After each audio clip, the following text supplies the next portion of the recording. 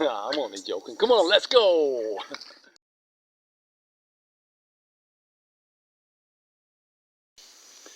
Ah, the ubiquitous machete. I distinctly remember the first time I saw two youths coming towards me along a jungle path carrying machetes. I thought that was it. Um, but as they got closer, they just smiled at me, said good morning, and carried on along their way. I thought, oh, well, that wouldn't have happened in Manchester. The truth of the matter is, everyone has a machete here. Even the women have a machete, and the machete is a tool. It's not a weapon. Nobody brandishes a machete around, even for a joke. But as a tool, it's extremely versatile. Of course, it's used for cutting through the undergrowth, but it's used for weeding as well. It's used for digging. It's used for felling trees if the tree's got a narrow enough trunk. It can be even used to measure. For example, I know that this is 50 centimeters and this is 70 centimeters. So I can use it to measure distances from planting or building anything. They use it to cut the grass as well. One young guy I was chatting to one young guy years ago, and I explained to him that there are no machetes in my country, and he said to me, "Well, how do you cut the grass then?" But they come in all shapes and sizes. This particular machete is a man's machete. There's a smaller one that the women use, and there are even smaller ones still that they give to young children as they're learning. But it took me a long time to get to learn to use one. So here are my 3 tips for using a machete.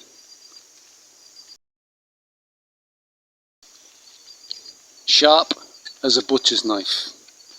This blade is actually made of a very soft metal, so it's easy to sharpen with a stone. We do have one problem here in that respect, in that there is no stone here.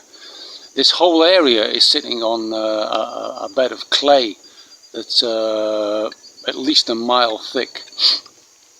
That's nice because it means we don't suffer serious earthquakes here. The clay actually absorbs the earthquakes. There are serious earthquakes in other areas of Peru.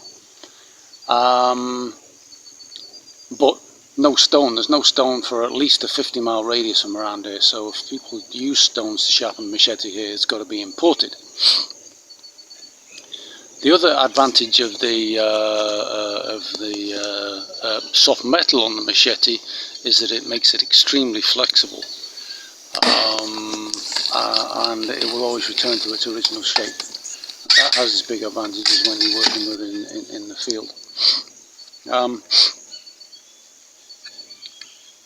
I sharpen my machete with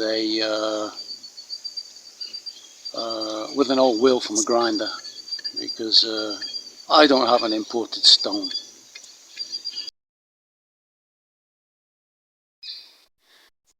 You gotta swing the machete with a loose wrist, and it took me a while to work that one out because the Peruvians, they'll show you how to use a machete, but they don't teach you how to use a machete. There's a difference, yeah. And I was watching them, and I couldn't get the loose wrist thing, and I was keeping my wrists stiff. I couldn't understand how they could carry on macheteing for hours, and I was exhausted after 10 minutes. But once you've sussed out that loose wrist, you can and you've got the sharp blade as well. The combination of the two, you can swing away you can swing away for hours with no more effort than pushing a broom. Don't take your machete to McDonald's. if you get an urge for a Big Mac or an Egg McMuffin breakfast, leave the machete at home. It stresses out the diners and the staff are probably going to call the police. But I've not got that problem here, because the nearest city to me here is a city of 500,000 people, is Iquitos. And Iquitos doesn't have a McDonald's. You heard it here first. There is a city in South America that doesn't have a McDonald's. Would you believe it? You couldn't make this stuff up. This is a gancho. A gancho literally means hook. When we're working with a machete, especially if we're clearing grass, we've got to have one of these in our left hand. Because you don't want to be sticking your hands in the grass and clearing it away after you've cut it with the machete.